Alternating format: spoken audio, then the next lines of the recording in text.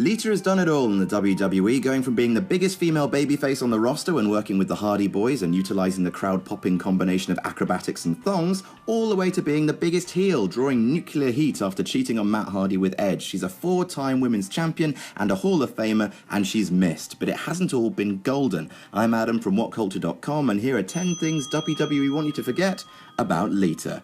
Number 10, showing a boob on Raw. The live sex celebration. Now this was originally going to be number 1 because it's two people having sex on air in a bed surrounded by thousands of people who just did not know what to do with themselves. But actually, it ranks low on the list because it's just so compellingly strange that the WWE don't actually want you to forget about it all that much. It was featured on the most recent episode of network-exclusive Jerry Springer's Too Hot for TV, and Edge even mentioned it in his retirement speech. However, what WWE definitely want you to forget is that Lita's boob was briefly on display during the segment. Now, as we all know, female breasts are the devil and must be scrubbed from our TVs with bleach. Remember the public sex, everybody, but don't you dare remember the nipple.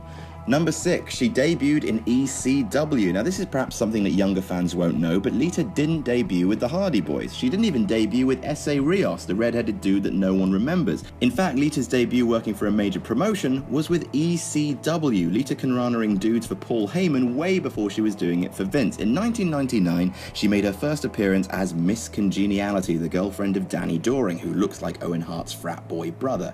She then wrestled as Angelica, even getting elbow dropped through a table by Sabu. Now she was part of the original Team Extreme. But this isn't a blot on her career, don't think of it like that. But WWE like to think that they discover all their talent, so they prefer you to think of her as Lita and nothing else. Number 8, she was a hoe. Choo choo, all aboard the hoe train. Now as you know, the Godfather would comport himself with a travelling harem of ladies who didn't mind appearing in front of a live crowd dressed as actual literal hookers. The first appearance by Lita in the WWE? Yep, she was one of the scantily clad babes that Godfather would offer to people in exchange for money and favours. Now call me crazy, but I don't think this was part of her Hall of Fame induction package. Number 7, being fired by Bischoff. In 2002, Lita cracked several vertebrae in her neck whilst filming Dark Angel, aka Powerless in Seattle. Whilst recuperating, Lita stuck around on TV, even acting as female commentator on Sunday Night Heat. Months before she was set to make her return to in-ring competition in order to keep her off TV in order to give her a big boost on returning, Lita was kayfabe fired from the WWE by Eric Bischoff, the Cheshire Cat from Alice in Wonderland, crossed with Tom Cruise's pervert cousin. Now that's fair enough, good way to get heat on Bischoff and good way for Lita to disappear, except what he fired her for, which was refusing to follow in Tori Wilson's footsteps and pose nude for Playboy. Wow. Okay, there's being a bad boss, and then there's firing someone for exercising autonomy over their body. That would not be okay today, and shouldn't have been okay back then. Number 6, the Mickie James angle was originally written for Lita. Remember the Mickie James Trish Stratus stalker angle? It was pretty darn good. Sure, it was a bit sexy, crazy women are sexy, but it made a star out of James, made Trish look good, and gave us one of the best women's matches in WrestleMania history, botched ending aside. It went so well, in fact, that WWE would like you to forget it was originally written for Lita. It kind of makes more sense. Mickie James looks a bit more like Lita. The two were already good friends prior to James coming to the WWE, but at the last moment, Lita was replaced after, well, she got a little busy in late 2005 dealing with a certain affair being made public.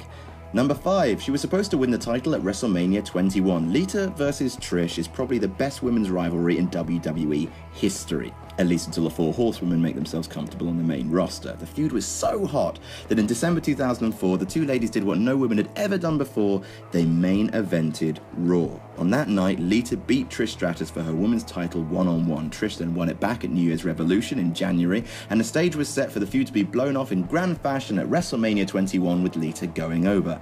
Unfortunately, Lita tore the ACL in her left knee at Revolution, sidelining her for Mania, which is tragic because after all the hard work that both women had put in, they never got their one-on-one match at WrestleMania. It would have been an absolute barnstormer, and perhaps it'll be less painful to just forget all about what could have been.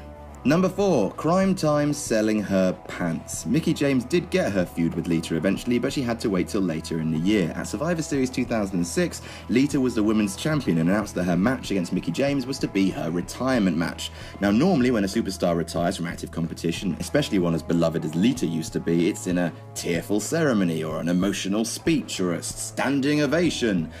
Not so for Lita. She was still the slattern heel that she'd become after her relationship with Matt Hardy fell apart, so she was utterly humiliated on her way out. After being beaten by Mickie James, out came Crime Time, who were two black people thugs who committed crimes. That's a whole lot to unpack right there, we don't have the time. They had a box of her bras and panties and began to sell it to the public as Lita freaked out in the ring. They let JBL sniff her pants before he bought them, and they even sold her treatment cream for a yeast infection. Wow, thank you for your long years of service and good luck with all your future endeavours. Yikes. Number 3, she was beaten up by men all the time. It's a point we've made before in these videos, but man-on-woman violence is a huge no-no in today's PG era WWE. It cannot happen, it will not happen. But in the Attitude Era, they could fit all the craps they gave about that into a thimble. Not only was Lita 3D'd several times by the Dudley, she was put through tables, speared by Edge, and in a segment that's really quite uncomfortable today, beaten up by Steve Austin and Triple H. Not only was she given the pedigree, but Austin hit her with a stunner and with a chair 9 times. Bloody 9! That's savage. That's Randy Savage. It was a different time. Number 2, being raped by Kane. Oh, okay. So, Kane. Remember him? Big bald man, snarling, looks like a crazy pickled egg. Well, his storyline with Lita was the worst. The worst. Kane kidnapped her because stealing ladies is a fun day at the office, it seems.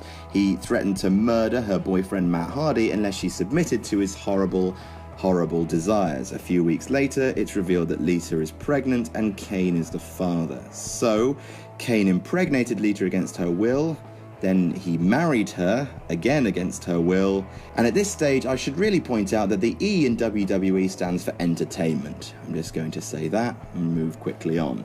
Number 1, the miscarriage. Oh no, I wanted to move quickly on.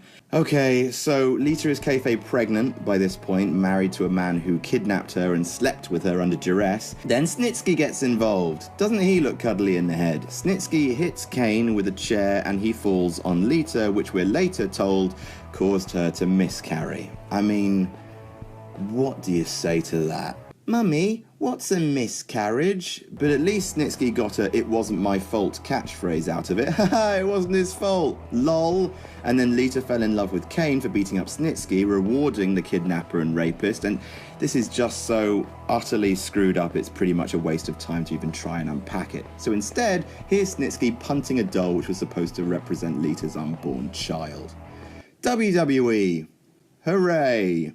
And that's our list. Did we miss any out? Tell us about it in the comments, and don't forget to like, share and subscribe, and you can even follow me on Twitter here. I'm Adam from WhatCulture.com, and I'll see you soon.